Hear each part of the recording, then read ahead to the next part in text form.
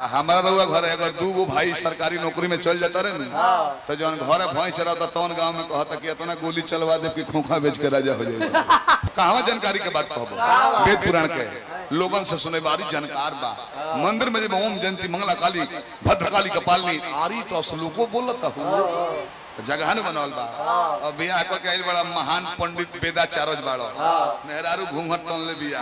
कि राजा जी ओइते मुंह देखिते कुछ दीहिते आ ओजा जाके लागो तू अपन रामायण पढ़े तमेव माता च पिता तमेव बंधु च तो वो कह के नाती अखंड मंडलाकारम व्याप्तम चराचरम 8 लाख रुपया लाल बा तारा ओम जयंती कहे खाती जगह जगह के बात खैर कोनो बात ना जो उन्हें विधि हो जाओ। लेकिन आज तने कम नचले रात खूब नचले हो ऐसे कि दोनों जना करपात्री जी के चले पहुंच रहो रतिया तू है वो है। अब दोनों जना एके हो गइल होइलो तैलो में गौनाई के कंपटीशन थोड़े भइलो कूदा कूदी की कतना कमर मोरता ए बार मजबूर बड़े तने सब कहे ऊंच ना बनवा देला कूदा तरह तो ठेक जाता ऊंचा तो देखिए मांस के जरी मत कूदी तो कपार पर फूट जाए जन किनारा तो जकार्ता फेर में पड़ रहे जे बोलौले रहनु ए भाई के करा का नंबर दिया हो ई तो 100 नंबर से ऊपर पावेला बोलो 150% देखा दूरस व्यास रहले दूरस के जे तू नाच कूद के अपन जमावत करो हम अपन गीत गौनाई बढ़े बढ़े लय दे तो दोनों डिजाइन के लोग रुको रही आ दोनों जना जानकारी वाला पहुंच जाए तो वो बिगड़ जाए आ दोनों जना ना चाहिए वाला पहुंच जाए तो वो रात भर है कि बैंड बोलौले रहे ड्रामा पार्टी हमरा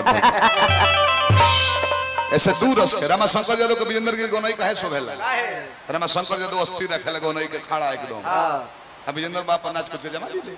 तो दोनों डिजाइन के लोग रोक गइल अब दोनों एक और बोला रामा शंकर यादव के एक और कमला बाबा के देखो तो 12 बजे के बाद एगो लोग रहता ना रही एक और विजेंद्र बाप के बोला दो एक और बूढ़ा व्यास को बोला दो तब देखिए तब लोग रहिए जे कुछ न कुछ दिन ऐसे रवा सब होशियारी करे बने दो डिजाइन के शाकाहारी मांसाहारी दोनों रही ना तो दोनों किस्म के लोग तैयार रही खाली मांसाहारी एक बात हिला ही अल्लाह जी गोली देता कजरी देता हई तब बिगड़ गई हई जितना स्टाइल से कले हैं ना चाहिए बिचली अंगुरी तो हम तारा दिखावे खातिर हम निकलनी हमर से उतना सोच निकलत नहीं के टेढ़ हो जाता है बाकी जो हम निकाल देला है के निकालेला फोर्स के जवान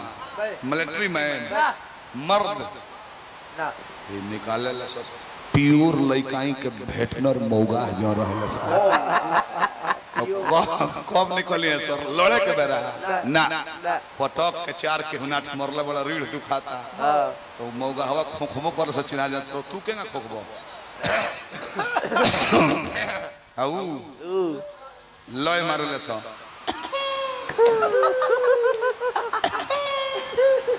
मरला 4 के हुनी अरे दुखाता दिल्ली से भैया का तार व्यवस्था कराओ ए तारा में शोभा लेना तुम मर्द आदमी हो तुम बिजली उंगली मत निकाला हमारा लाई लगत भोला जी से शिक्षा लेबे चाहिए कि सारा पावर जेकरा घर आई राष्ट्रपति के पावर भोला जी के हो बड़का बबुआ कार्तिक जी देवता लोग के कमांडेंट सेनाध्यक्ष हमें गणेश जी प्रथम पूजनीय हमें गौरा माता पूजेबे करेली शुभ लाभ दुगो बबुआ गणेश जी के पूजेबे कर लालो छठी माई गणेश जी के भौजाई पूजेबे करेली रिधि सिद्धि जनाना पूजेबे कर लालो संतोषी माता वही परिवार के वो पूजेबे करेली आत्मा पावर होते हुए परिवार के मालिक पहाड़ पर बैठ के भभूत लेवर कर रहेले हमारा रउआ घर अगर दू गो भाई सरकारी नौकरी में चल जाता रहे ना तो जो घर भैंस रहता तौन गांव में कहता कि इतना गोली चलवा दे कि खोखा बेच के राजा हो जाएगा और भले खैनियो किनता तो गेहूं बेच के किनता नौकरी तनख्वाह दूसर केहू करता होने कहो है ना हवा बहले में अब कोनो व्यवस्था में कमी नहीं रह गई बिगाड़ देब केहू को मुड़िए घुमा दे और का करता तो भैंस चरावता घर हवा बहले बहन तनख्वाह पावता